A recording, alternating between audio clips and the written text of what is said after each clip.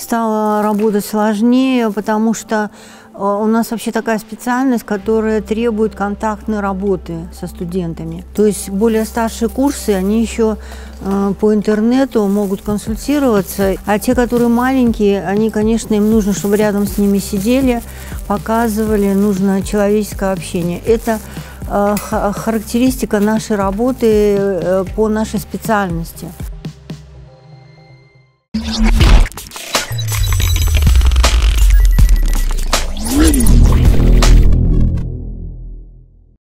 Меня зовут Зарема Садыковна Нагаева. Я архитектор-профессионал, практически 50 лет в профессии, доктор архитектуры, профессор, заслуженный архитектор Республики Крым. Я из династии архитекторов. Мой отец Нагаев Садык Ибрагимович в свое время, в 1936 году, закончил Московский архитектурный институт. Его туда направила республика для учебы. Он учился у очень известных архитекторов – Щусева, Желтовского, братьев Весниных. Это те люди, которые имели очень высокий статус и уровень подготовки еще в царское время. Мой отец, а затем его старший сын Эдигер Садыкович Нагаев, я и мой младший брат Ибрагим Садыкович Нагаев, мы все стали архитекторами. Я думаю, что это все потому, что любовь к профессии внушалась на таком высоком уровне. Мой отец проектировал достаточно много в Крыму. Хочу сказать, что он участвовал вместе с архитектором Усиином Якубовым в проектировании Крымско-Татарского оперного театра, который должен был располагаться на месте кинотеатра «Симферополь». В 1936 году они выиграли конкурс, и, к сожалению, все события дальнейшие и война помешали осуществить эту идею. Очень много запроектировал мой отец в Узбекистане. Он приехал туда в 1938 году на строительство большого Ферганского канала, где он был один из авторов. Он работал главным архитектором Ташкентской области, затем главным архитектором Янгиюля, где мы учились, один из организаторов архитектурного факультета Ташкентского политехнического института, который мы закончили вместе с моими братьями, старшим и младшим, и институт Узгоспроект, где я очень много лет проработала архитектором. Моя мама Эдия Усмановна Нагаева, она закончила 2 института, Ташкентский сельскохозяйственный институт и Институт иностранных языков тоже в Ташкенте. Она проработала очень много преподавателем лет в школе, была тоже очень образованным человеком. Многие ее ученики живы до сих пор и помнят ее. Она как раз способствовала тому, чтобы мы стали архитекторами. То есть она поддерживала желание моего отца, считала, что эта профессия очень интересная, уважаемая, и поддержала наше желание, и мы стали архитекторами.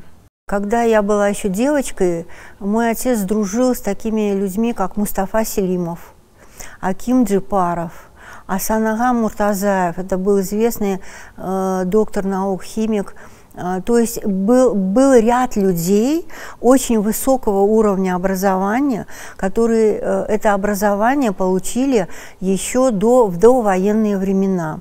Был двоюродный брат моего отца Ибрагим Факидов, который был челюскинец, известный человек, который всю жизнь работал на оборонку и доктор технических наук. Был известный мой родственник, микрохирург Гирей Алиевич Баиров, который тоже приезжал, он жил в Питере, но он приезжал к нам. И что я привнесла с того времени? Это, во-первых, беспредельное уважение этих людей друг к другу. Это каждый из них был специалист в своей области, там не было одинаковых специалистов.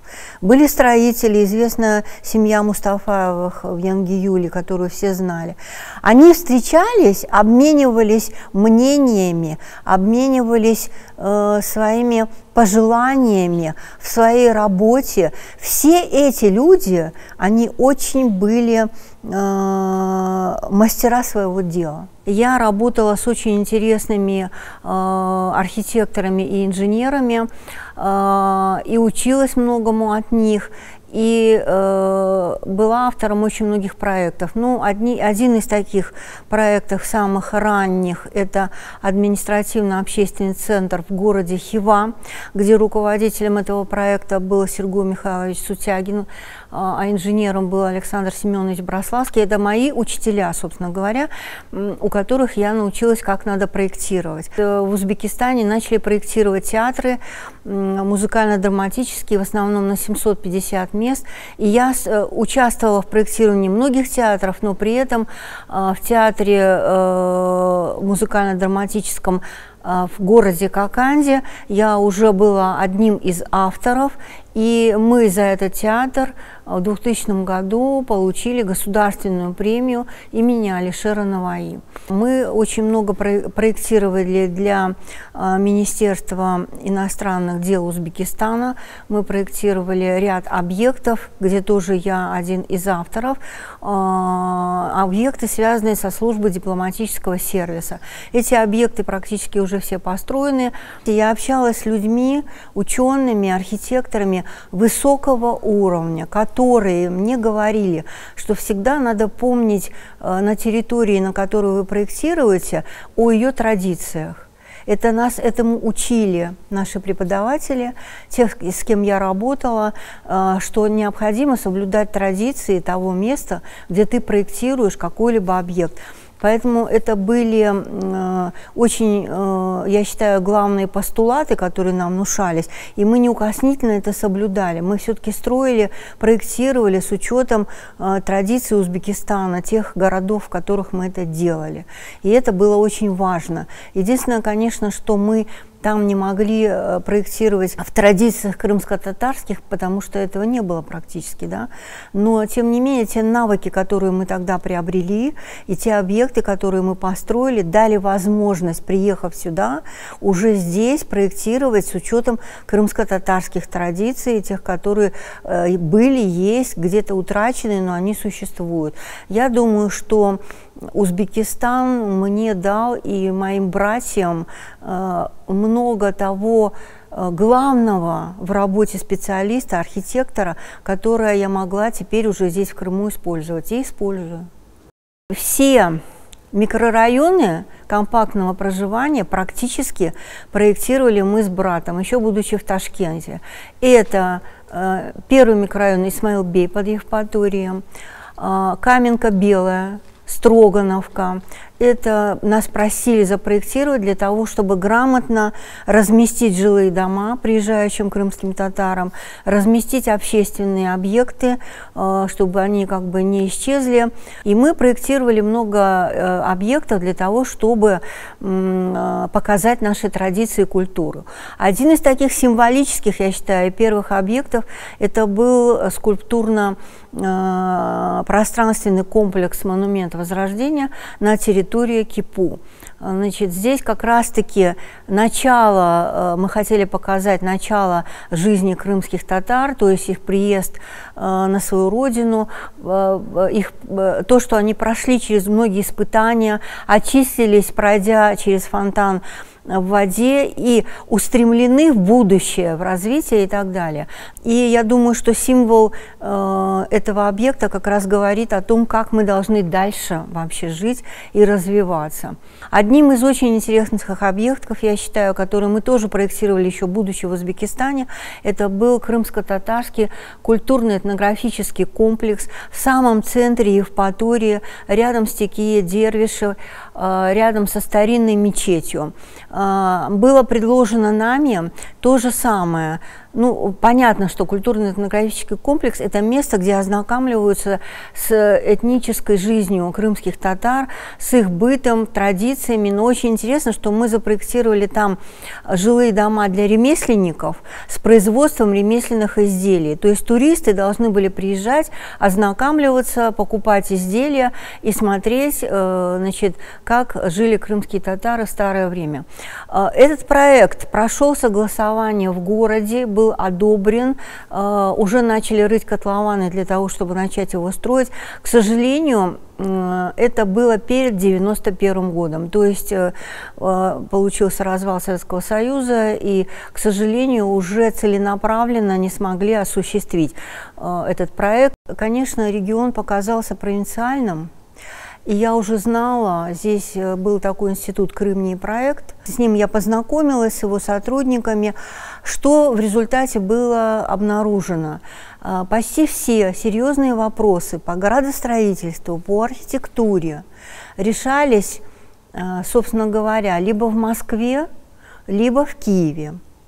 Не хватало специалистов такого уровня, как градостроители. Они были. Сейчас их практически нет, они уже умерли, да?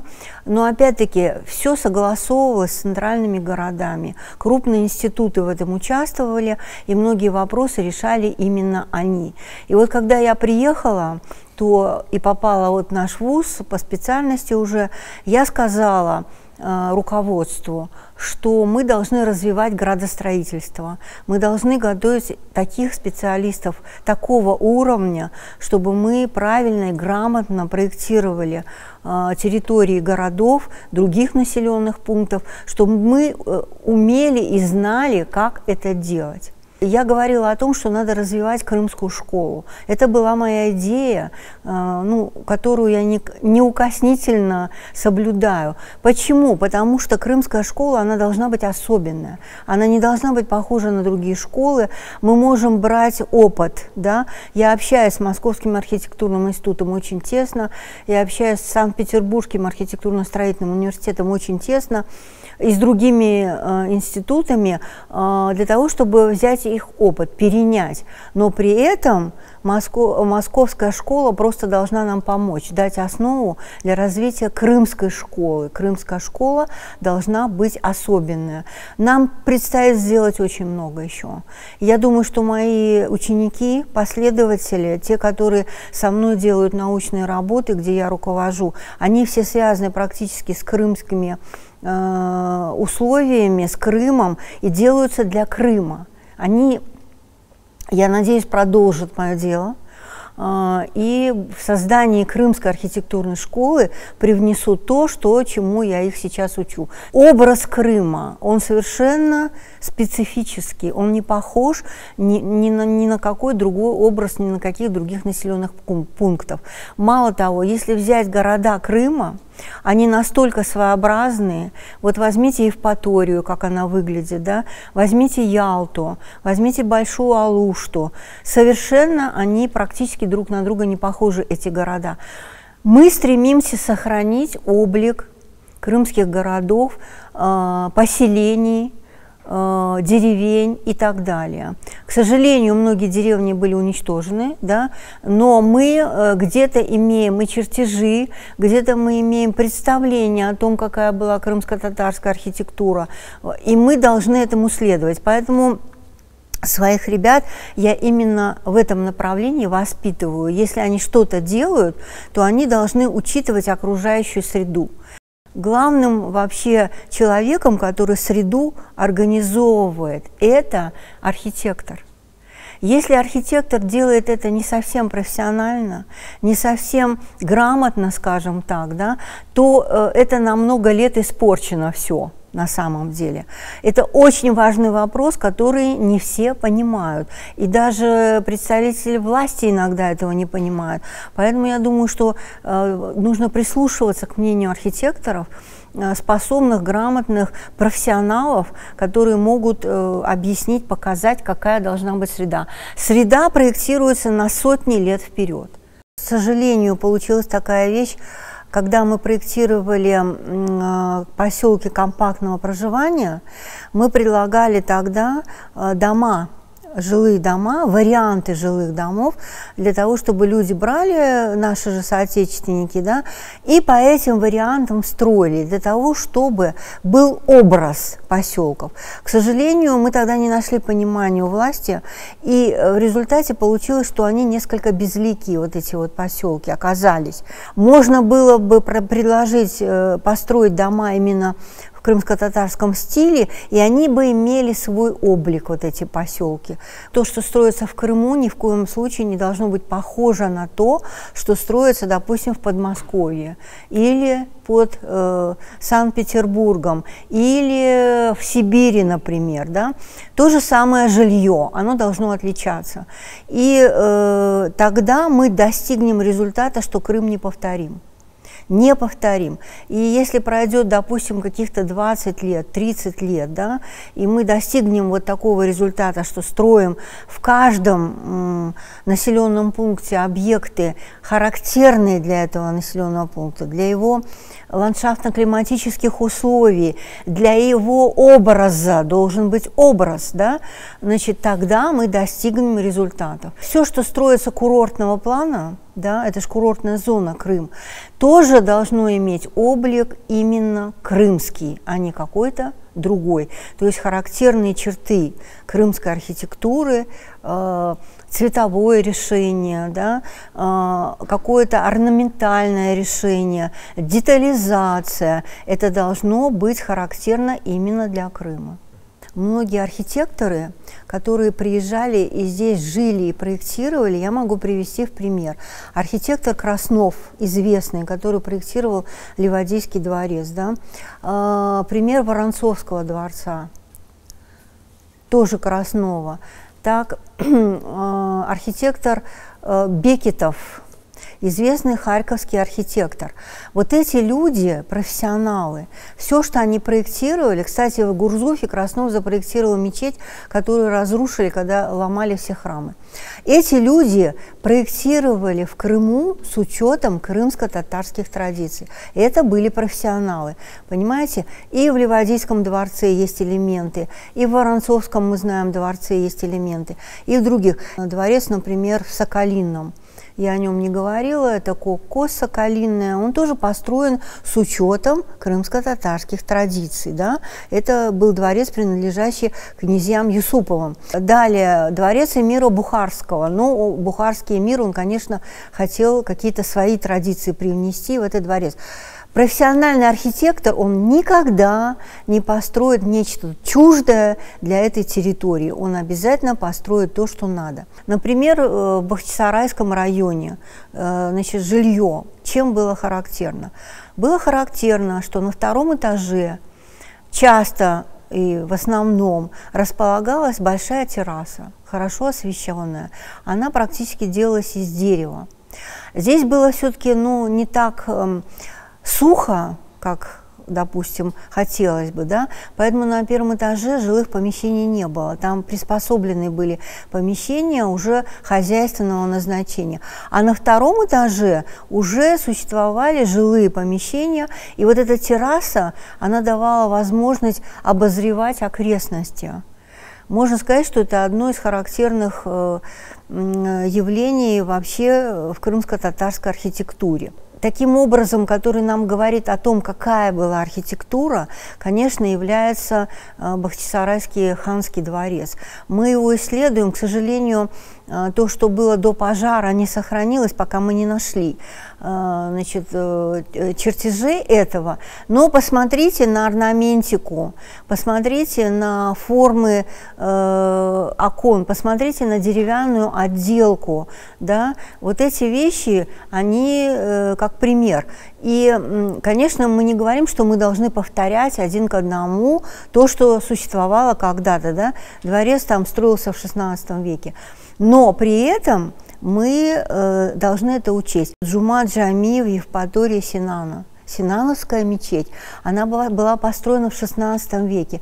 Если сравнить Синановскую мечеть, которая в Евпатории, и его мечети, которые он строил в Турции, они абсолютно разные. Понимаете? Там больше было помпезности, золота, украшений. У нас этого не было. Для нас характерна скромность. скромность, потому что природа очень богатая, понимаете. Крымские татары жили не помпезно, скажем так, даже, конечно, было оружие дорогое, естественно, оно изготовлялось здесь, да, это были ремесленные центры, собственно говоря, известные, Бахчисарай, Старый Крым и так далее, и так далее. Да, были ткани очень богатые, которые привозились по Великому Шелковому пути, но в зданиях не было такой роскоши в отделке, как, например, было в Турции. Есть отличия, есть, конечно, сходство там, в жилом строительстве и так далее. Мне очень нравится город Евпатория. Он наиболее цельно представлен архитектурой. Почему? Потому что там был когда-то Дуван мэром, и под его руководством и по его желанию там был известный архитектор Генрих, который проектировал многие здания. И вот как раз это наилучший пример, когда руководство, допустим, города контролирует, что строит грамотный архитектор. У меня такое впечатление, что все остальные города Крыма, они в стадии развития. В том числе Симферополь как столица. Здесь не хватает крупных представительных столичных объектов. Здесь есть вопросы, которые надо будет решать. В настоящее время он одобрен властями, главой Крыма. Мы очень рады, что это все произошло. Памятник и комплекс – это все-таки разные вещи. Комплекс, он наиболее полно представляет вообще жизнь Амедхана Султана, человека очень высокого уровня и заслуженного представителя даже не одного и не двух народов. Это человек, который защищал Советский Союз, он дважды Герой Советского Союза. Его значимость, она распространяется на весь мир практически, да? И поэтому мы, когда говорим о строительстве памятного комплекса, мы поддерживаем его значимость и его уровень, чтобы показать, насколько он вообще имеет значение для всех людей. Он не жалел своей жизни для того, чтобы защитить все человечество практически. Именно так мы рассматриваем Амедхана Султана. Я хочу сказать, что уже более 11 тысяч подписей собрано в поддержку памятного комплекса. Эти подписи продолжают собираться. Значит, в этом участвуют очень активно военные Черноморского флота, они поддерживают, они собирают средства, они будут активно в этом участвовать. Я думаю, что это обогатит площадь Амедхана Султана. Я считаю, что нам не хватает, первое, образования настоящего. Надо учиться, надо получать образование. И вот это вот, понимаете, безмерное уважение друг к другу, понимание друг друга, вопросов, которым занимается каждый человек, обязательно должно присутствовать. Мы где-то в какой-то степени это утеряли. Это надо восстанавливать все, понимаете?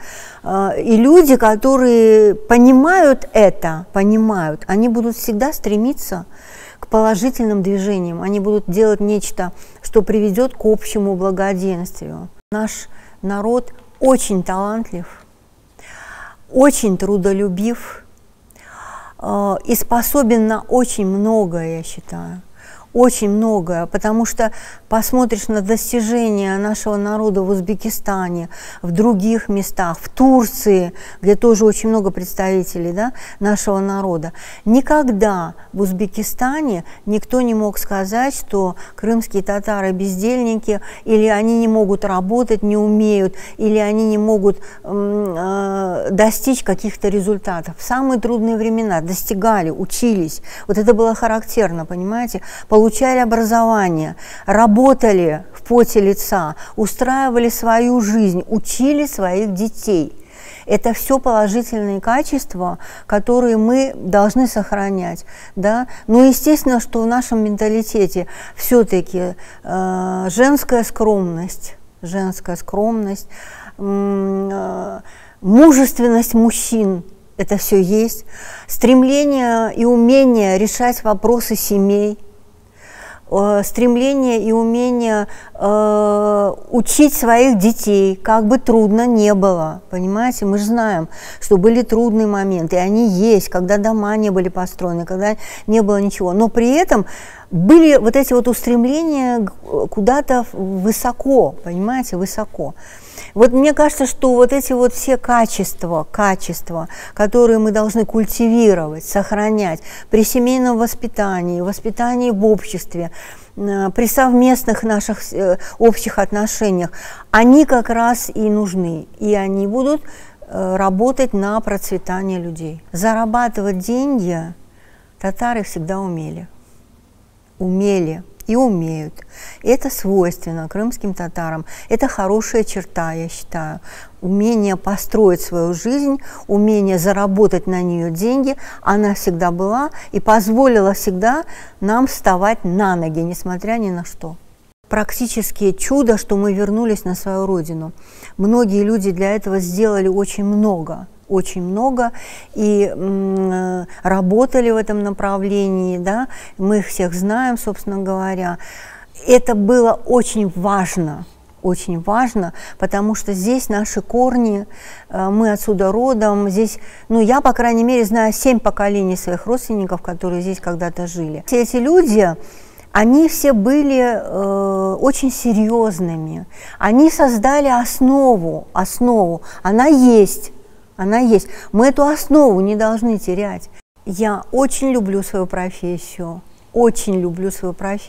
и до сих пор не потеряла интерес. Поэтому все мои цели – это создать крымскую школу архитектуры, это подготовить наибольшее количество талантливых последователей, это участвовать в крупных архитектурных проектах. Это не последние проекты, в которых я участвую. То есть у меня есть очень большой интерес к этой жизни с точки зрения своей специальности. Вы знаете, я хочу вам сказать, что я за все время жизни, вот в этом году 21 год, как я в Крыму, я никогда не впадала ни в какое удручающее состояние. Я просто понимала, что нужно работать.